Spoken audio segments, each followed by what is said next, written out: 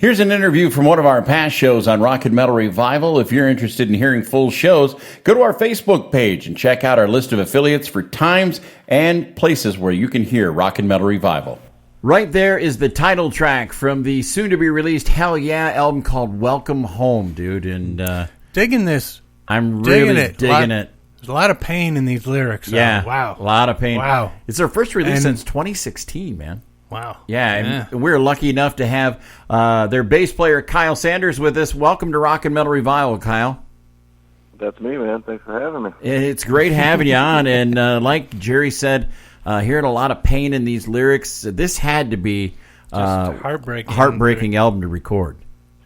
It was insane. I mean, we're still recovering from that. I mean, we recorded, everything was business as usual when we started. The recording process, we got in there, got in the studio as a band, and everyone's in there, and we laid down over a period of a couple months. We laid down 13 or 14 songs, that were like, we got a good record here, plus a few extras. And then we actually took a break at the middle of the studio because we had so much music laid down, and Chad only had 2 or 3 songs vocally written and started to record. So we kind of took a break and let him get busy and play catch up, and then that's when everything happened with Vinny, So wow. We're basically halfway through the record, and then we had to, just pull it together after a couple months of dealing with it and get back in there and decide that we had to finish this record. So a majority of the lyrics, yes, were written after Vinny passed. So I'm sure you can definitely hear it in like 80% of the songs on the record.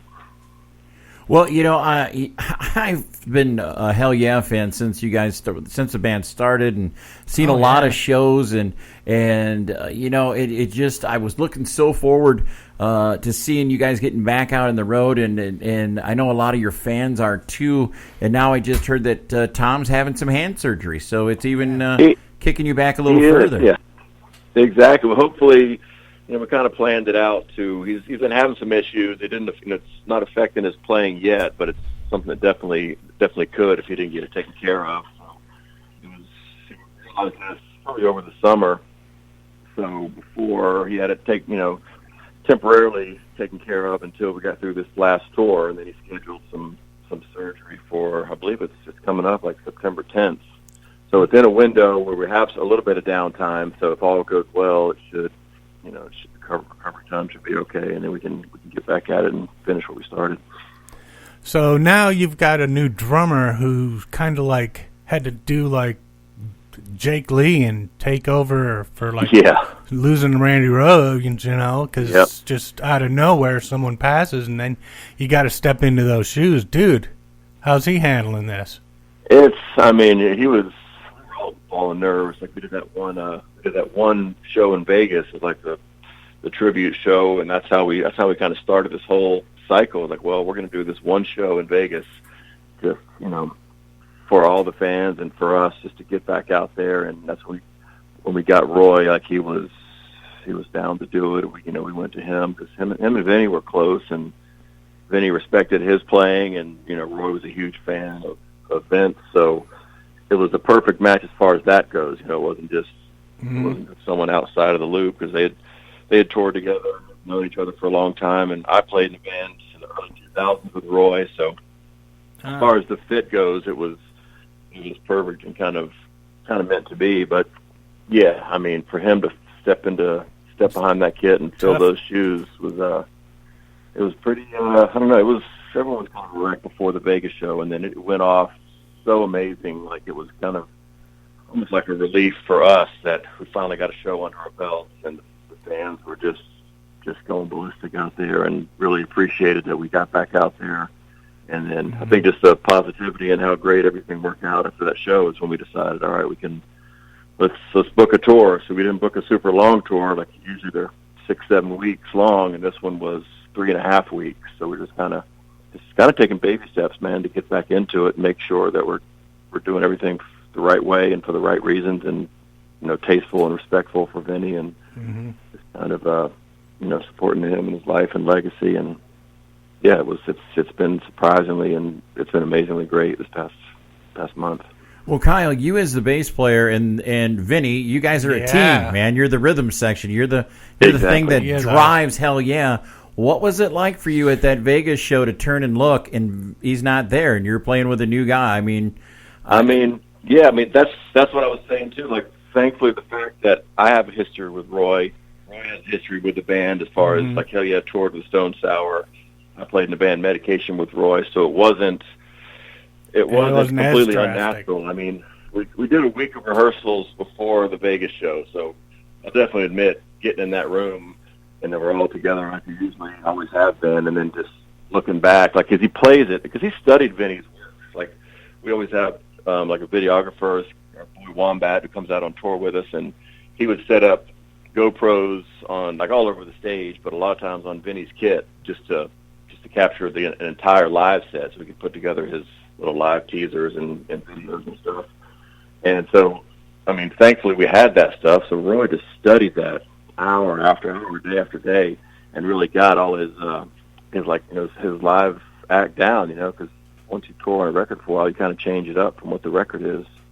And so he just learned that. So as far as just listening to it, Roy sounds amazing. Just cool. He nailed it every night, which is really, really great. But then, obviously, the appearance, it's a different dude back there. So it's weird. It still gets emotional. You look back, and it's like, it's not right or wrong. It's just different. Yeah. It's really odd. And it's just an odd thing to see. And then when it really just keeps hitting you over and over again, like, wow, it's really happened. This is real. It's still real. Yeah. So you've been with the band since 2014. How'd you get the gig, dude? Did you know the band? It was really my history. I mean, I have a long history with those guys too. Like in my previous band, I was in a band called Blood Simple, and Chad actually started a label and signed us. Oh. So we went out. Like he took us out on a couple of Mudvayne tours, and then like Hellyeah started while I was around. So really, we were tight, and he really loved my band and wanted to do anything he could for us. So I knew as Hellyeah was starting and what was kind of going on. And then when they dropped that first record, it's been 10, 11 years now, I did the first tour with Hellyeah. Like the first tour when Vinny got back behind the kit, which I just thought that was just the coolest thing ever. It's like, wow, I'm back. He's back in action. I'm right there for the first show. So I did that tour, and then we did a couple tours after that. And then after Blood Simple kind of fell apart, I started another band called Monstro, and Hellyeah took us out on a couple tours. So I've been around for a long time. So it was another thing, kind of like Roy. Like it was just a perfect fit. It was just part of the family and brotherhood. So it wasn't any weirdness or awkwardness or even like an audition. It was like, we know you like a brother. We want you in this band. What do you say? So basically, it was a phone call, and I was in. Nice. That's cool. The last time I saw you guys, Kyle, was when you played Sonic Boom here. Ooh. And that pit and that crowd was one of the most awesome things I've ever seen at a show, and you guys just owned it. That has got to be the most ultimate feeling, being up there for that.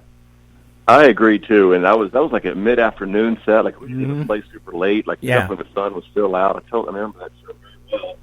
And actually, every time I think of what I was just talking about how we had GoPros on Vinny's set, that was one of them. And he had one of them I guess it was on like a boom stand or a mic stand behind Vinny, so it showed him from behind, but then it showed the whole crowd. Oh, cool. And there's just some moments on there where just watching Vinny and watching the pit or multiple pits going out there, like it still gives me chills watching that. It was, wow. That's definitely, I mean, a lot of the shows kind of run together, and festivals kind of can be the same as far as you're playing amphitheater stuff, but that one absolutely sticks out in my mind, and I think everyone in the band's mind is how that's cool. amazing the crowd was. That crowd was like, it's like you said, it was in the middle of the afternoon, and when they knew you guys were coming, everybody ran to that one side of the stage and just let loose. And it was, the power of that show was amazing.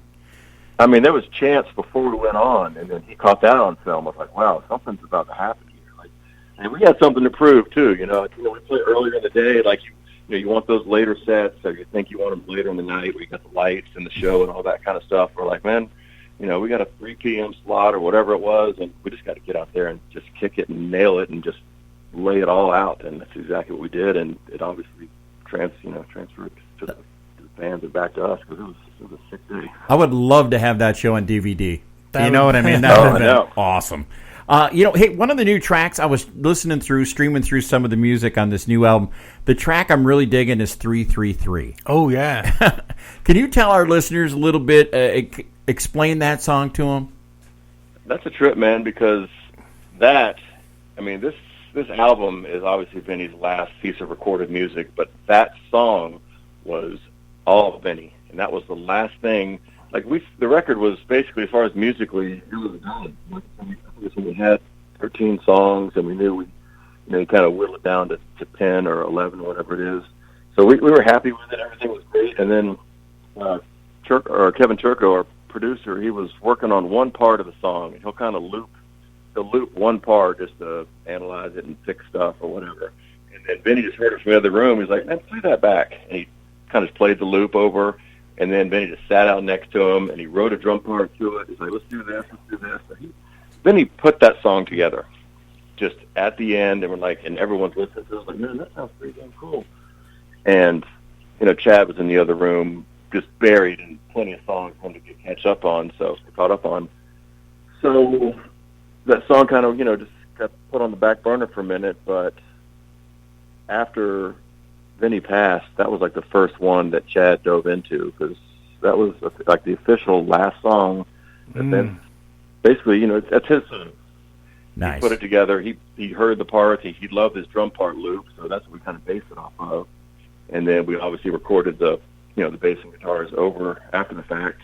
And so yeah, that's a super super special song, being Vinny's last piece of work. So that was the first one that we thought we had to dive into, and we shot a video for it, and then that's the first song that we released off this record, and it's probably one of the most brutal songs on the record, and it's the opening track, So. Gets your attention right away. Absolutely. And I had a shirt that my buddy here, Red, got me. It said 333, only half is evil. So that works out great. Very cool title. So we haven't had a chance to listen to the whole album. The whole album is not yet. So are there any tracks that are going to feature the cowbell? Oh, man. No. Oh, man.